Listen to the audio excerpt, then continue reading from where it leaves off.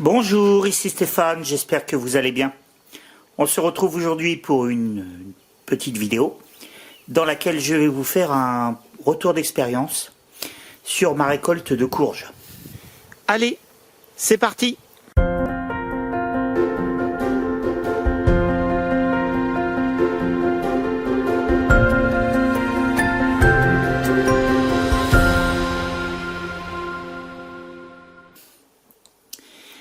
Alors j'avais planté au jardin 40 pieds de courges et de courgettes. Il y avait une douzaine de pieds de courgettes et un peu moins de 30 pieds de courges. Là j'ai récolté rapidement 2 cajots. Il doit y avoir quelque chose comme 30 kilos. Il en reste encore au jardin, peut-être 20 kilos supplémentaires à prendre. Alors je suis un petit peu déçu par les quantités. On va dire 50 kilos pour une trentaine de pieds, c'est pas beaucoup. Deux choses qui mériteraient d'être améliorées pour avoir une plus grosse récolte l'année prochaine. D'abord, améliorer le système d'arrosage, parce que j'ai un arrosage gravitaire avec l'eau que je collecte sur la toiture. Et cet arrosage gravitaire n'a pas assez de pression pour pouvoir arroser rapidement le potager dans de bonnes conditions. Donc je pense que les courges ont manqué d'eau.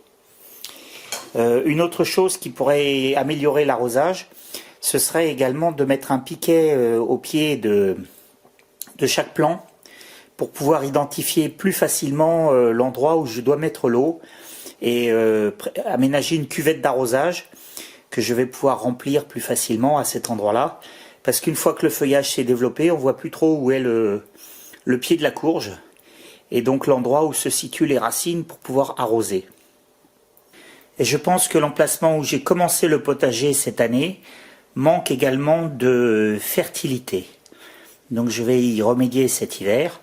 On va amener beaucoup de matière et on va essayer d'améliorer les choses pour que l'année prochaine, la récolte soit plus importante. Bon, je me plains pas parce qu'avec 50 kilos, on va quand même pouvoir faire des soupes tout l'hiver. Mais j'aurais bien aimé pouvoir en donner un petit peu autour de moi et ça va être difficile. Ce que j'ai trouvé vraiment dommage cette année, c'est le manque de croissance de mes potimarrons. Moi j'aime beaucoup le potimarron en soupe. Et là vraiment, on a des schtroumpfs. Hein. On a vraiment des micro potimarrons. C'est des tout petits schtroumpfs. Là j'en ai un seul qui est gros. Et sinon, on dirait plutôt des mandarines hein, que des potimarrons. Donc là, ça n'a pas trop bien marché.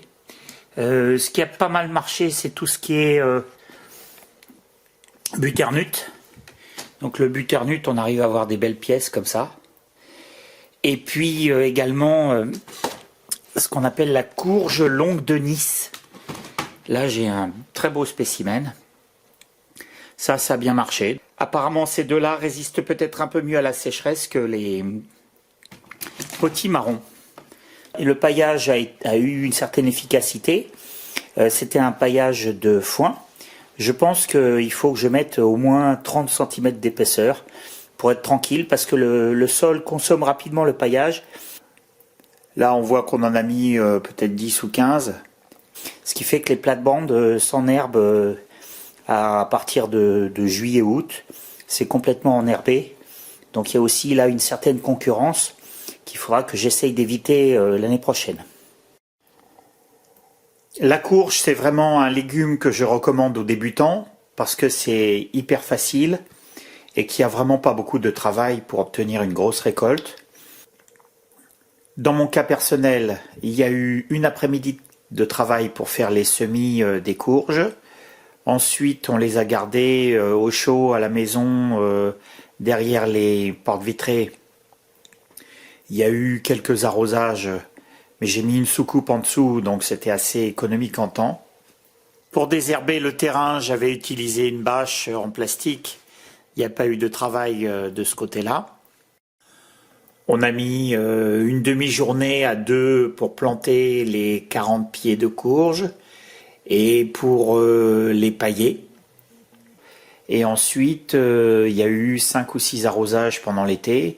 plus la récolte. On va dire qu'au global, pour récolter 50 kilos de courges, on peut dire qu'il y a eu l'équivalent d'une journée de travail à 2 personnes réparties sur 6 mois. C'est vraiment très intéressant, très rentable. Il n'y a pas de maladie dessus, il n'y a pas besoin de faire des traitements, donc on peut obtenir une production sans avoir à rajouter de produits ou de précautions particulières. Il n'y a pas besoin de traiter à la bouillie bordelaise ou ce genre de choses. Donc la courge, c'est vraiment un truc intéressant. Aussi parce que ça se marie bien avec la châtaigne pour faire les soupes courges châtaigne. Donc je vous ai fait une vidéo sur la farine de châtaigne. Vous pouvez mettre des courges et puis de la châtaigne et puis mouliner tout ça. Ça fait une très très bonne soupe. Et puis aussi parce que la courge se conserve très facilement. Il faut la faire sécher après récolte. Et puis ensuite, une fois qu'elles sont sèches et bien nettoyées, eh bien on peut les entreposer dans un coin, typiquement dans un cellier ou même au sous-sol. Et puis elles vont se conserver, même à température ambiante, une grande partie de l'hiver, voire même la totalité de l'hiver. Donc c'est vraiment très chouette la courge. C'est un légume facile à obtenir et je vous recommande. En tout cas, c'est vraiment le légume pour les débutants. J'espère que cette petite vidéo vous a plu. N'oubliez pas de partager, de liker, de vous abonner. Je vous dis à très bientôt dans une prochaine vidéo. Et je vous embrasse tous. Au revoir.